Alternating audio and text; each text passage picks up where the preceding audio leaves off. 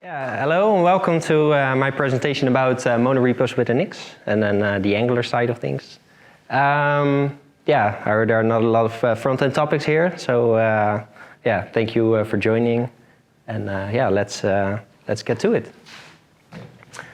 I prepared a little agenda for tonight. I'll start with something about myself, and after that I'll talk about monorepos in general. What are monorepos and why should you use them?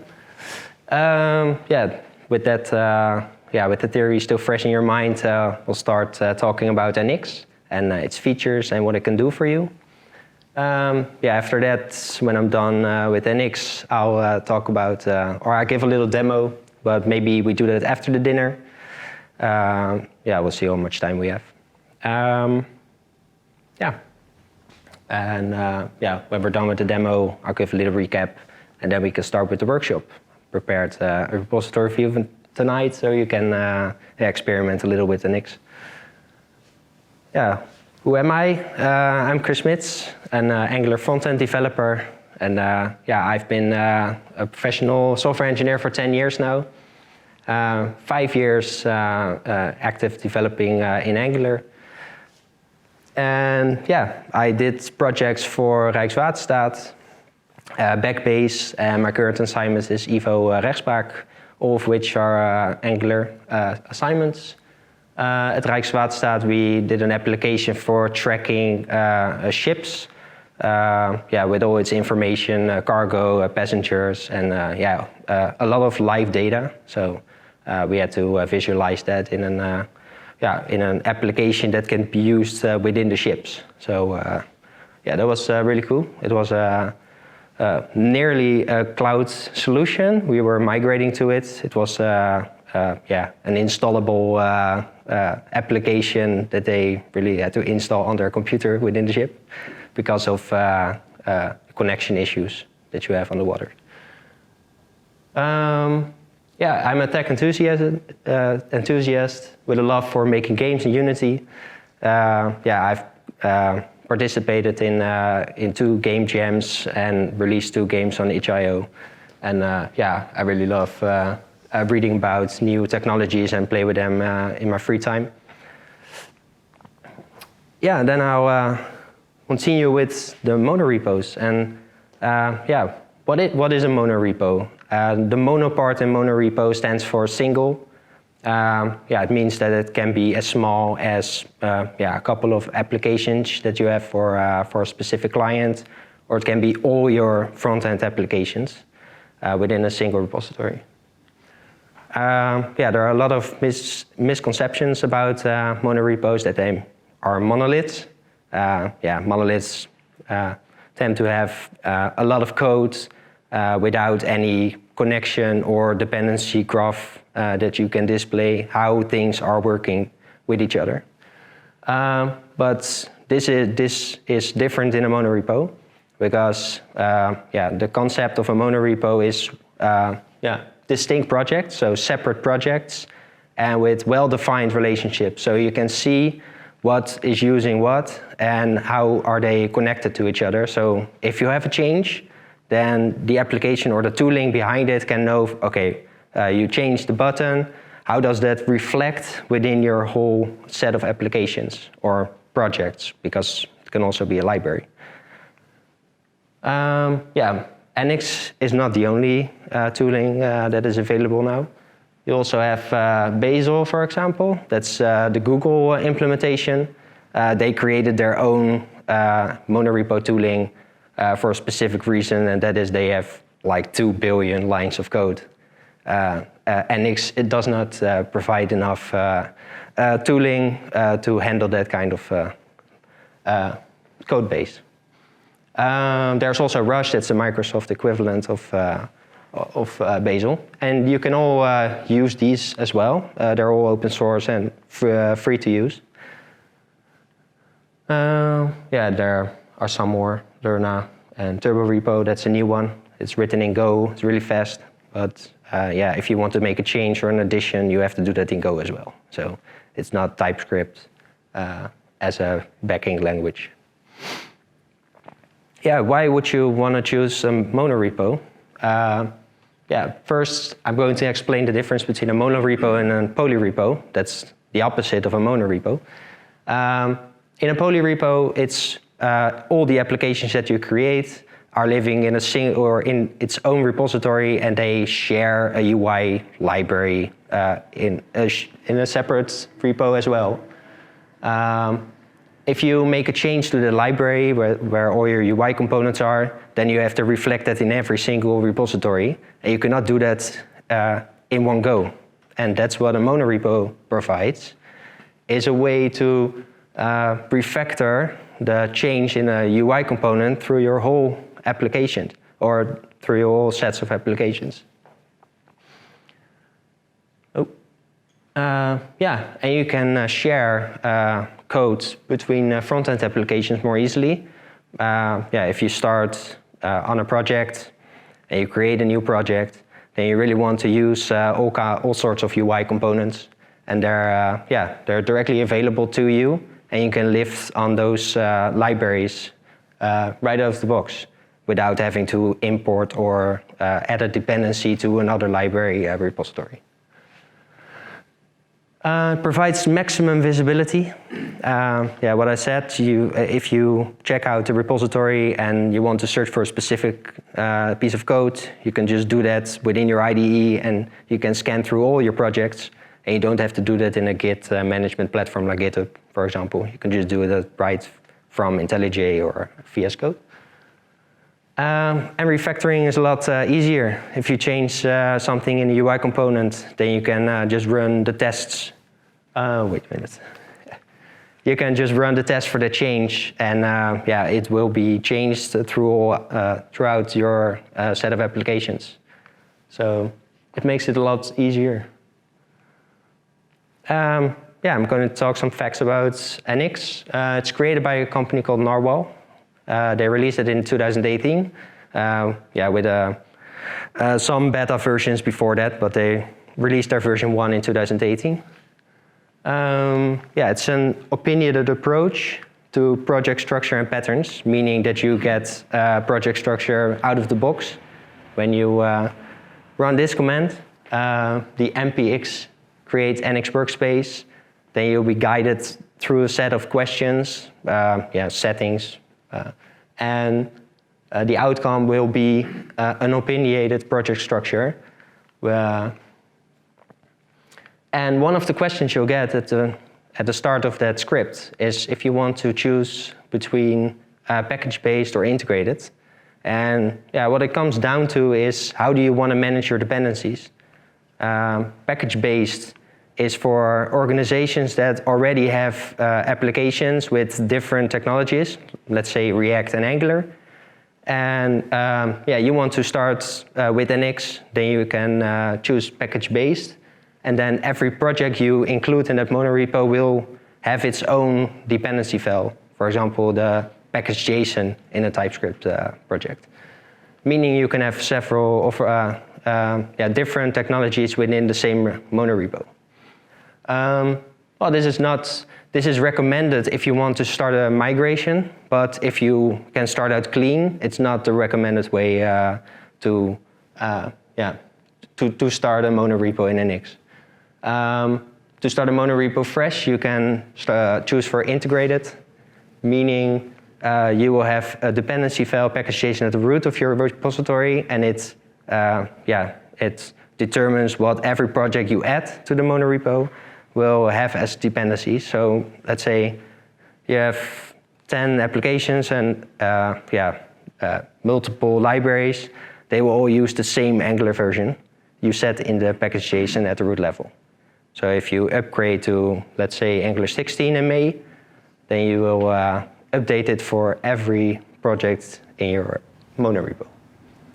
Which is why the best practice for these kind of things is that you migrate as soon as possible to the newest versions.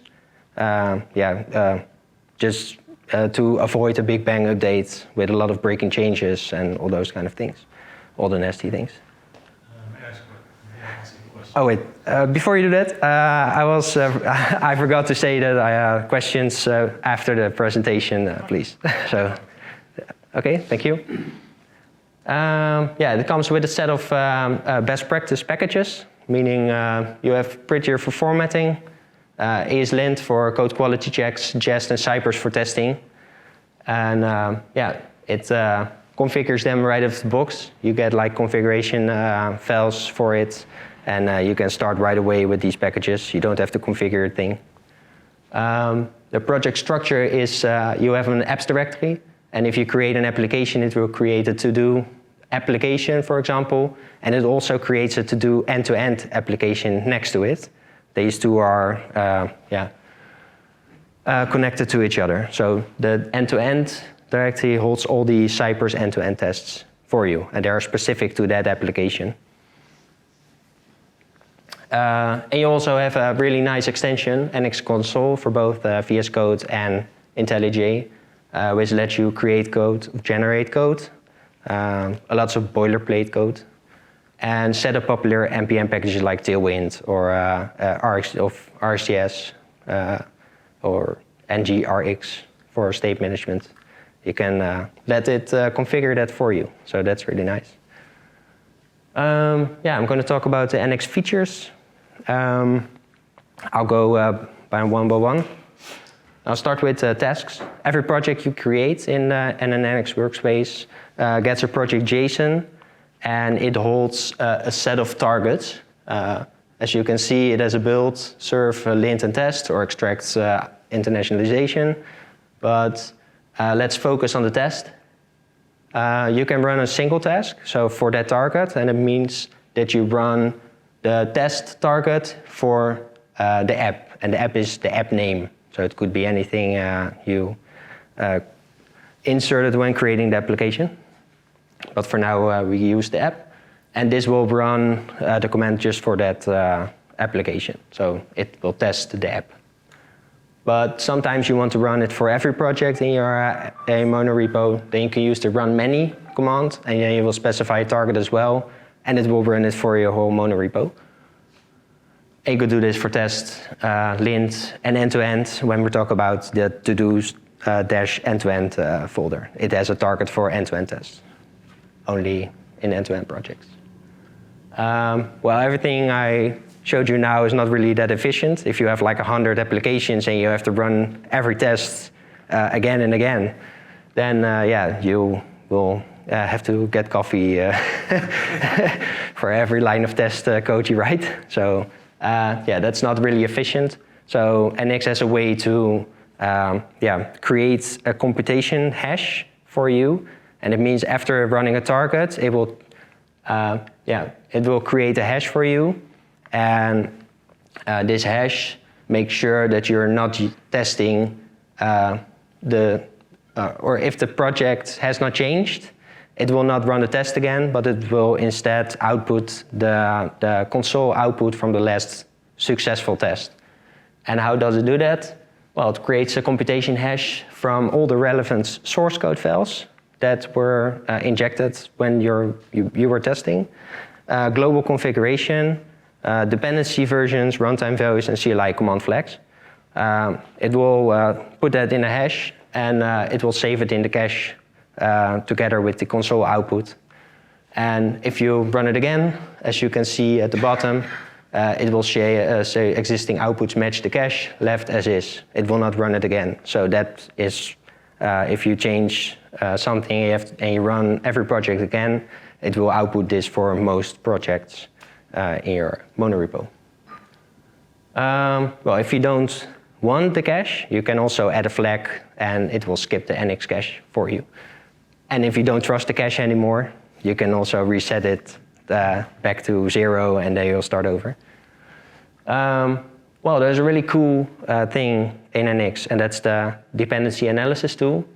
And what this does for you is creates a graph, a visualization of all the projects and libraries that you have in your monorepo. Meaning that in a very small to-do application I created, you can see that there is a to-do application with a to-do feature editable to-do list library, and that includes some other shared libraries. And you can visually see what's going on in your monorepo.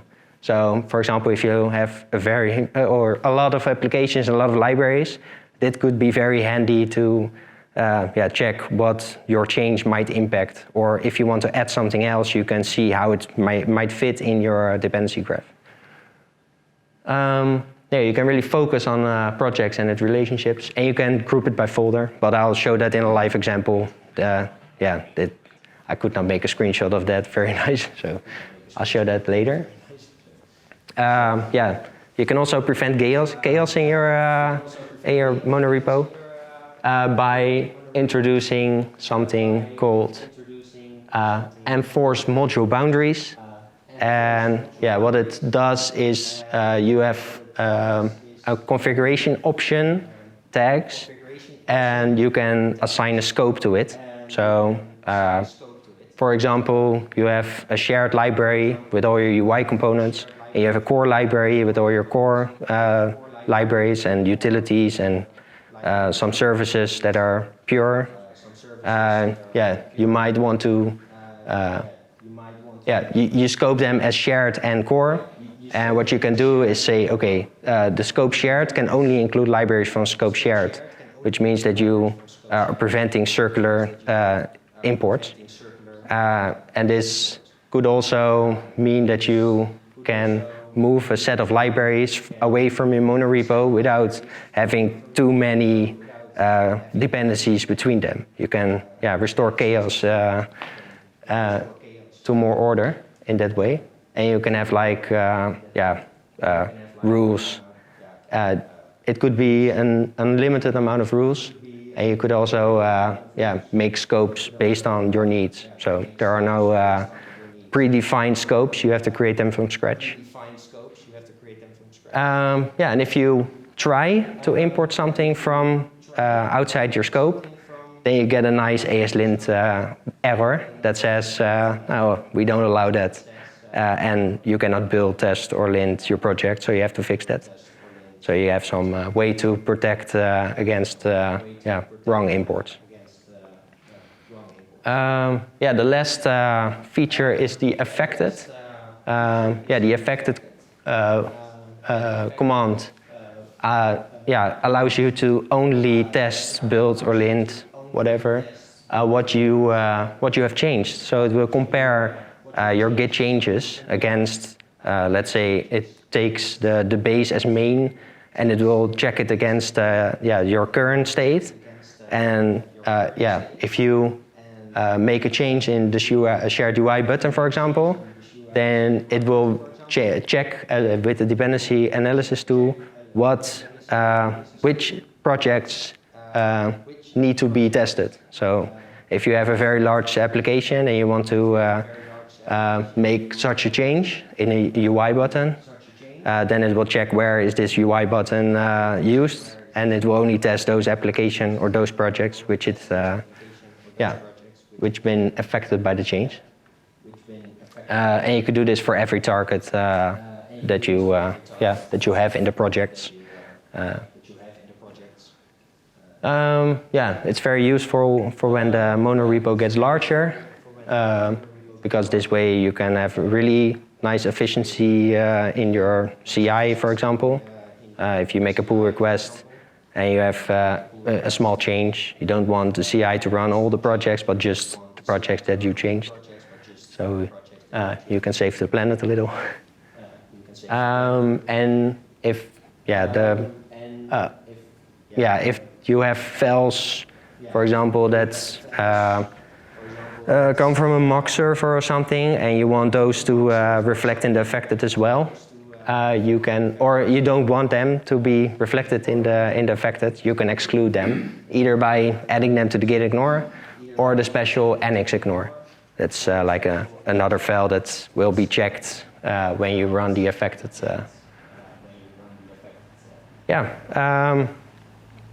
This is the end, and I have some things to consider when you want to create a monorepo. And that is, if you want to start with a monorepo, you have to incorporate organization standards. So you have to talk with the teams that are going to be in this monorepo, and you have to define some things like directory structure. You get a base directory structure from Eonics, but within the libs folder, for example, you have all the freedom that you want.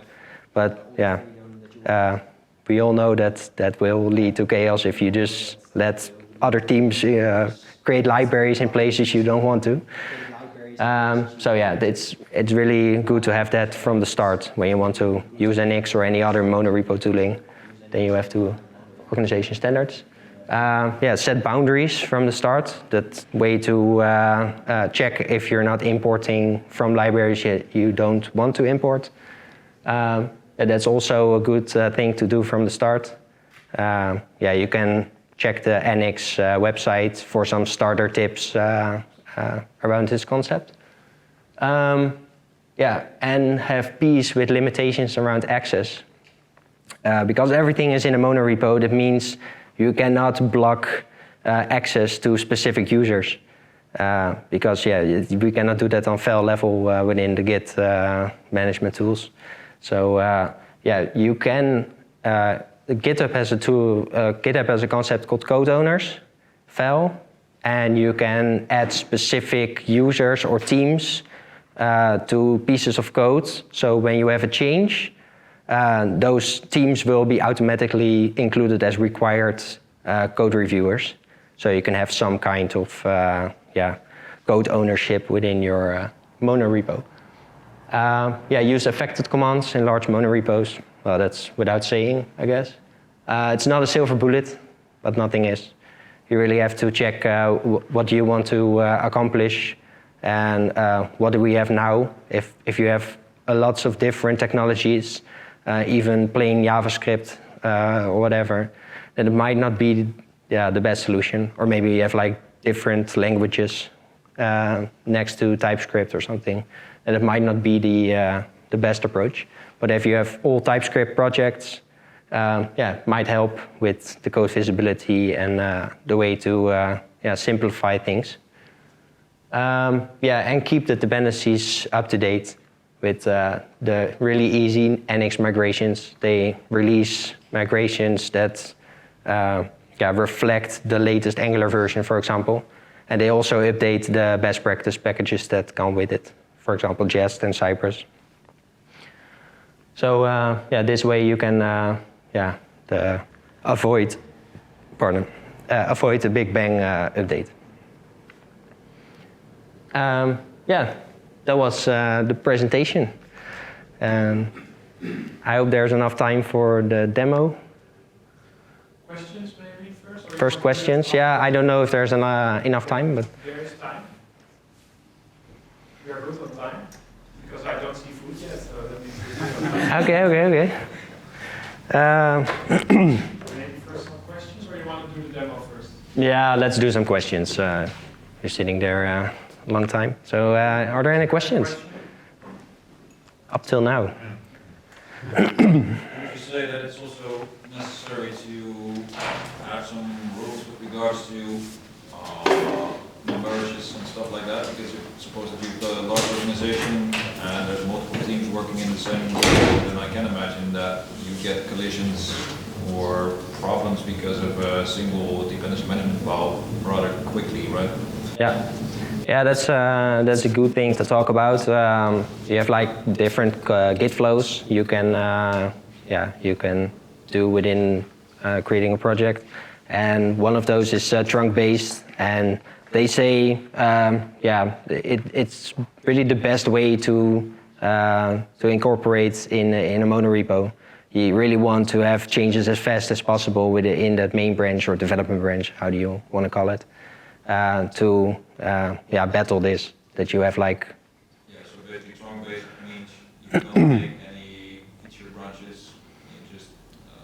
Yeah, you can have feature branches, but you have to create pull requests more often. So you really create a pull request for every small change. If it doesn't break the application, you can merge it, and you can have feature toggles to yeah, to disable those features when they're not really when they don't have any business value, for example. Right. I suppose that you change something in a central package management, so in the package.json, so maybe you upgrade a certain library and there's like 100 applications in there. I can imagine that, suppose if you were only managing one of those applications, that it could be that that change is working for your application, but it's breaking, well, some of the other 99 applications, but you cannot fix that because they're not your applications. Is there a way to deal with that situation? Yeah, that's is something that can happen when you upgrade to a new version. But yeah, that's really you can test everything right away because you're making the change. So if that breaks something within the applications, then you might be able to fix that. If you talk about an Angular version upgrade, for example, and it has breaking changes, then it's better to fix them right away, and maybe you have to schedule a release or an upgrade session for that, that you fix it right away, because in an integrated way of this monorepo, then you really have to fix everything right away. You cannot just update your pieces of code. No, exactly. But I think that if you are in a larger organization with multiple teams, that I think that could be an issue. Yeah, but you can, that's what I said in the beginning of the presentation, you really have to see every project as an individual project. So you can change your application and deploy that and leave the rest as is. That it's really, all the things are separate. The only thing that you share are the libraries that marked as shared.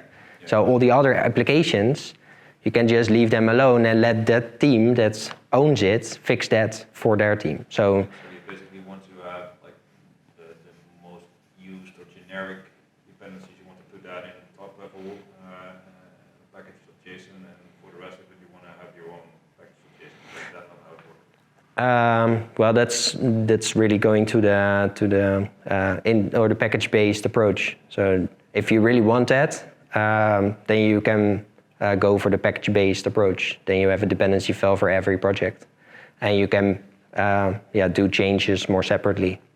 So if a team wants to update their application, they can do that, but it will not affect any other project. Well, there's something to be said for both, like, depending on the size of your organization. But if you have 100 teams working on one single repo, then I can imagine that you don't want to get everybody together to, I don't know, change the version of Angular, because that will probably create issues everywhere.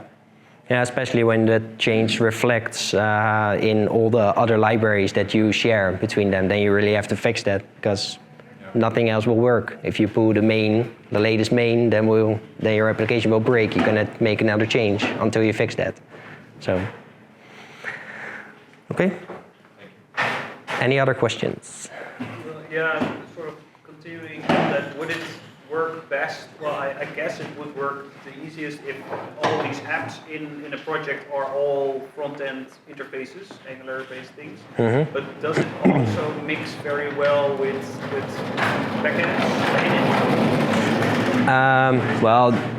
The monorepo approach is really for front-end applications. It's written, or the Eonics part, it's written in TypeScript, so it works well with TypeScript-related projects. But mixing backend repositories in that approach is not. I don't think you should do that.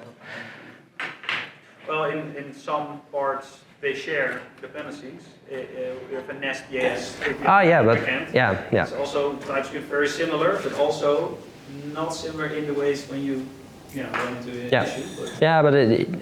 If you talk about some things like Nest.js, which are also TypeScript based, then you can add them.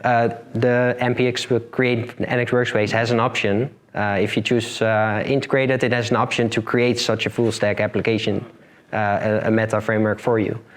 So you can, if you choose for an Nest.js or an Express backend, then you can add it and let it use models or whatever interfaces. And is it? It's I guess not recommended, but is it doable to move over an existing stack with similar setup, but move it towards using only this tool, or?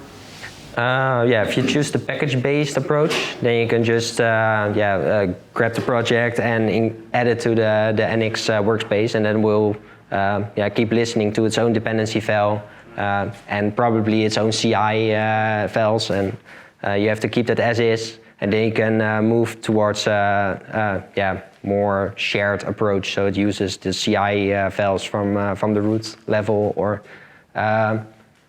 maybe you have to rewrite some code to make it use other libraries within your monorepo. So there's some work, and some organizations might see benefits to it, but yeah, it's really a choice that you have to make. Can I ask something? So is it a requirement to keep all the sub-projects or modules in one repository, or physically they can be different Git repositories? It's just the umbrella project, this monorepository that takes care of interdependencies. Well, in this approach, it's really necessary that you keep everything within the same repository for that maximum visibility and searchable, and make it use the import statements that TypeScript provides. But you can deploy your libraries to NPM, for example, and let them use, or let other projects outside of your monorepo use that piece of library, or that piece of code. So Eonics has support for it to create a buildable and publishable library very easily, just with a command, and it does that for you. And then you can just publish it to NPM and let other projects use it. So, but another repository, create a new repository from that library, that's not really the way for a monorepo. Then you're going towards a polyrepo approach. So separate monorepos or separate repositories that might use the same other repository for UI components, for example. So what is the use case for monorepo? It's like you have a set of very similar projects that share a lot of code. I mean, if you want to share some code, you just create a library and publish it with NPM, and then it's a different use case, right? So you have to decide whether you go with a monorepo or with the library. Yeah, that's a good statement. But a library within an Eonics monorepository can be more than just a publishable library. It could be a feature that's specific to that application, but used within multiple applications. That library is not ready to be published to NPM, for example, because it's not generic enough. This is why monorepos have their benefits, because you can create features for every project within or application within your monorepo, but outside of it, it's worth nothing. So that's a way to share code between multiple applications. But if you want to make a change, then you can do that right away for every application, and don't have to update a new version in NPM and pull it back towards all the other applications.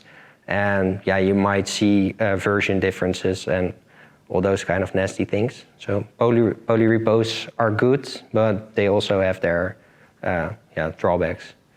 And NPMs or monorepos are also not a silver bullet, as I said. It's really a trade-off. What do you think is important?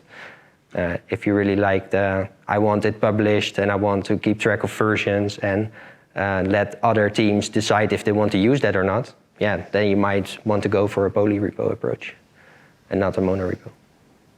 So. And can a development environment take care of these interdependencies? I mean, do you really need this whole opinionated overhead if a development environment can take care of your refactoring and dependencies and relationship between your modules? Yeah, well, I don't think you can see that as really separate things, because refactoring in the most modern IDEs is just a matter of how well does your IDE know how the structure is and how the dependencies between codes is and how dependencies between symbols are. And it helps with the refactoring because you also have access to all that pieces of code. You don't have to change that in a separate library, for example. So if you make a change, for example, in a UI button, and you want to make it, well, not have a primary default, but a secondary default, the secondary color as default, then you can just make that change, and you can see that right away within all the applications. And you don't have to publish it first to the NPM or make a link locally and then import a new version and check if all things are right and do the whole update thing. You have like a shortcut to making these kind of changes. And yeah, I personally like that you have like access to all those kind of, the access to that power, that you can make changes right away. And the trade-off is that you might be affecting other projects. Do we really need Monorepo if modern development environment pretty much does the same already? Well, I think that Eonics provides some features that IDEs do not provide. It's really a tooling. It's not a code framework. It's really a tooling around it. If there are applications that do similar things, well, you might want to use that. But Eonics is like IDE independent. You can use that in a text editor, for example. If you run the commands afterwards, then you will get the same results. You don't have to choose a specific IDE for enabling these kind of features. It will be done by the tooling. In the pipeline, yeah. also a big benefit, right? So if you are depending on the IDE, then you're really depending on the local setup of all your developers. But with Eonics, you can then also enforce that. Yeah, it's just a script. That does it for you. Yeah. Yeah, I think that in a department with multiple teams, if you want to somehow make sure that everybody is using the latest version of, I don't know, a new component or a new library or whatever, then this is a lot easier than making sure that all the teams are going to use that, right? Because indeed, if you just publish it, then go tell all the teams, well, you have to use it, and you have to tell the team that like a gazillion times because they will not do it. Yeah. Exactly. And they still run on the 0.1 version. 3.0 just released. That does happen a lot. Yeah. I think that is also one of the drawback of Eonics, that's what I feel. Because every team have to work in their own pace. And I think it is a balance, right? Because on the one side, well, all the teams need to adhere to the standards, but on the other side, well, you probably want them to. Yeah. As a team, it could be annoying that at some point you get like, wow, shit, now I need to adhere to this standard, I need to refactor my code whilst I'm doing all these user stories and I don't have time for all that shit. Yeah, and creating a new application that really can lift on all the things that are already in that repository. So you can use the UI component library, because it's opinionated, you have to use that. You cannot decide to go in the Wild West and choose your own things. If you want to share developers between teams, they don't have to learn a new code base. They can just hop in and do changes. And that's also a trade-off. You have to see if that fits within your organization. Some teams are really, we want to decide what we use. If we want to use React, we're gonna do that. And if you choose for a monorepo, you might not have those decisions anymore. So you have to live with that. I think it's what you said, it's a choice, right? So I think there's also something to be said for the polyrepo situation. But there's drawbacks and advantages to both. Yep. Great. Would there be a lower limit, like a limit like under 5 developers, this is not worth it, but over 5 it is worth it, or something like that, or at least? I don't think you can pin a number on it. I think it's really if you're just a new company and you want to use something, well, something opinionated is really nice to have. That's why we choose Angular, because we get a set of features right out of the box. We don't have to debate which package we're going to use, which stage management, where everyone has his own opinions about that. Angular just says, okay, this is what we're going to do, and this is the style guide that comes with it, work with it. And you have packages that can be used on top of that, but the core is the same for every developer. Every Angular developer knows how a service can communicate with a component and how inputs and outputs work, and you don't have to learn new things every once in a while. So yeah, with a new version, but that's what Eonics is. It's an opinionated approach, so like it or not. That kind of concludes it because the food is getting cold. Okay. Thank you, Chris.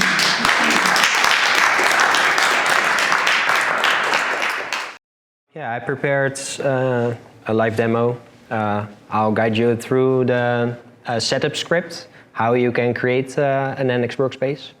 And after that, I'll show you some commands and what the results will be, and the dependency graph as well. Well, let's start with the Eonics workspace.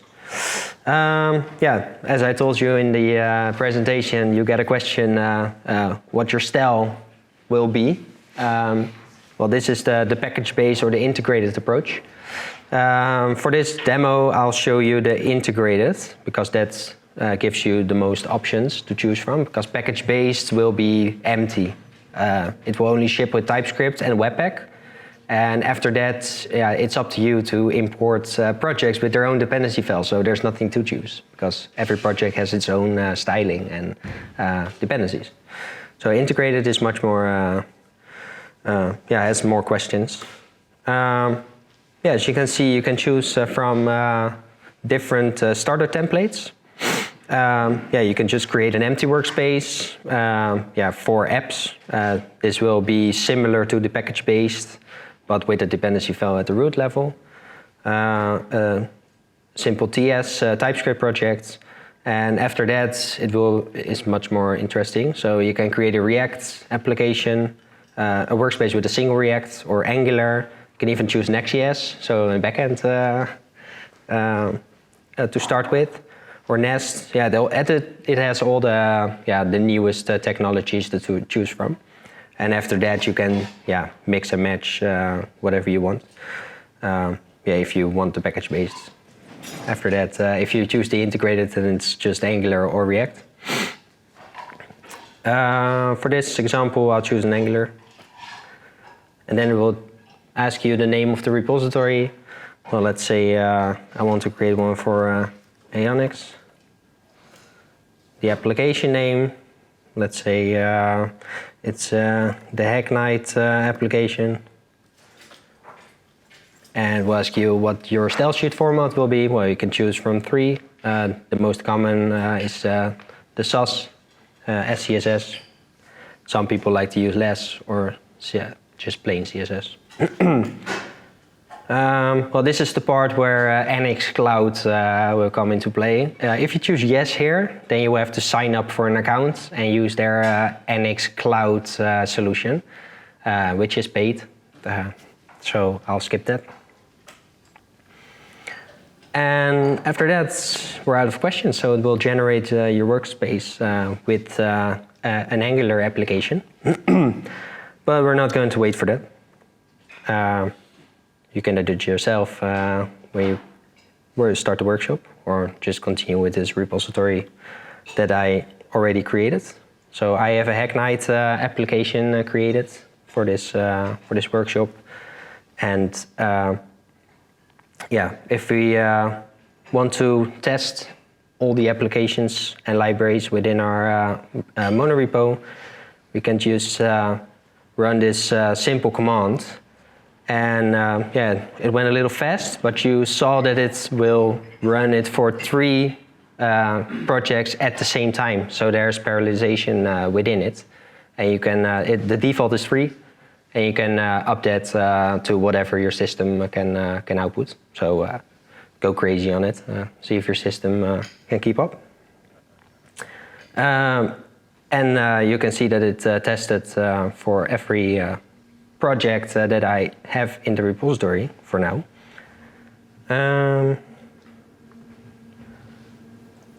Oh, that's the second one. Let's run it again. Wait.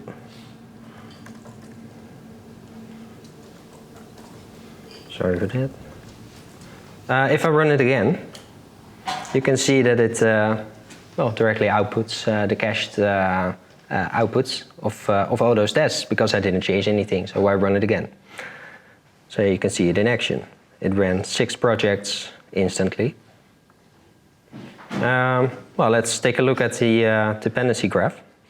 If you run this command, it will open a server with the dependency analysis tool within it.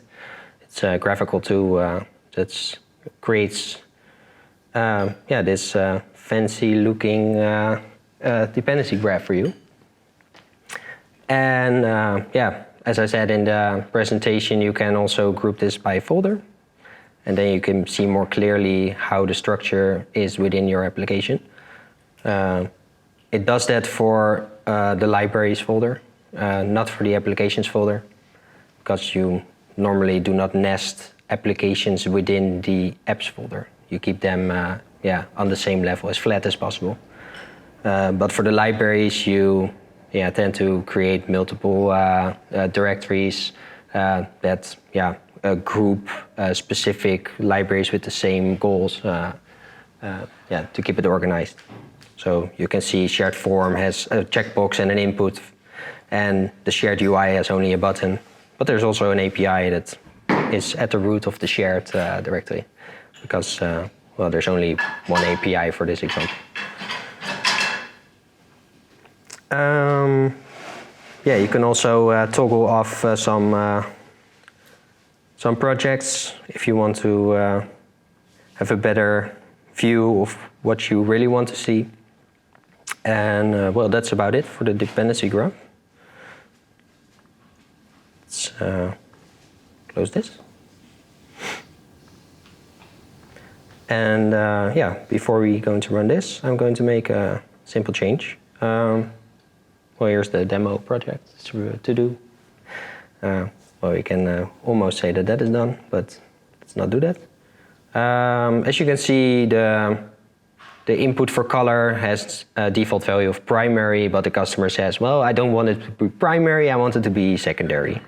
So we're going to do that. I'm going to say, okay, well, the color is secondary now. If you save that, you can see it will reflect in the application, but we can also see this in the dependency graph. So I changed the UI button, but that means that the feature for editable to-do list also changes because that one uses that button. And the to-do application also changes because that one is including the feature. So it will only do things for that chain.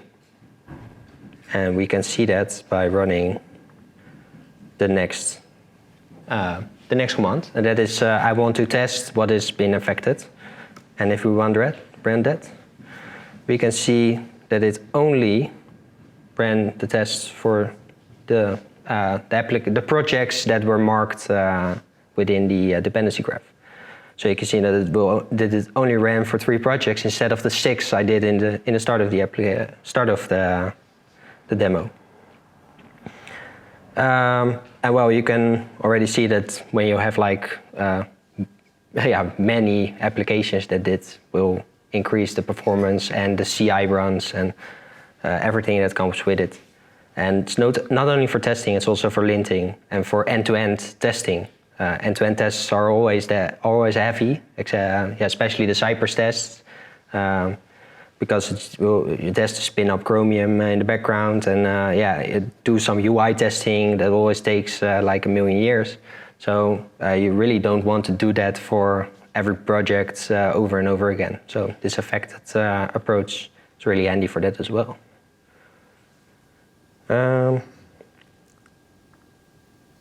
That was it for the demo. And I've prepared this repository for you tonight, so you can play with it yourself, run some commands, even create your own Eonics monorepo and see what it can do. Maybe choose the package based and see what it creates. Not much, but you can see the results for yourself. Or make some changes or create some libraries within this one, and see how the dependency graph will grow when you add multiple libraries. Okay. Before we go to the workshop, I have some things prepared for a recap. Just what did I talk about tonight? You can share code without publishing to npm or create multiple repositories. Get pre-configured best practice packages like the Chest, the Cypress, and those things. You don't have to do anything for it. Generate code with Eonics schematics. That's the Eonics console I was talking about. You can generate components, services, but also very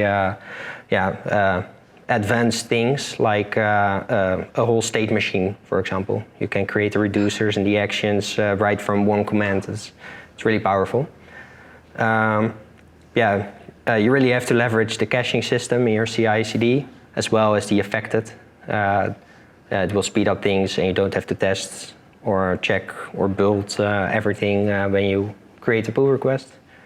And you get really nice insights in your application dependencies. How does a library interact with another library, and what if I make a change in one library, what's the effect of that? And you get it in a nice graphical view, a web interface. That was about it. And then I've created this link. It will redirect to a GitLab repository, and you can just do a pull, a clone, and play with it. And if you have any questions, then you can just ask me.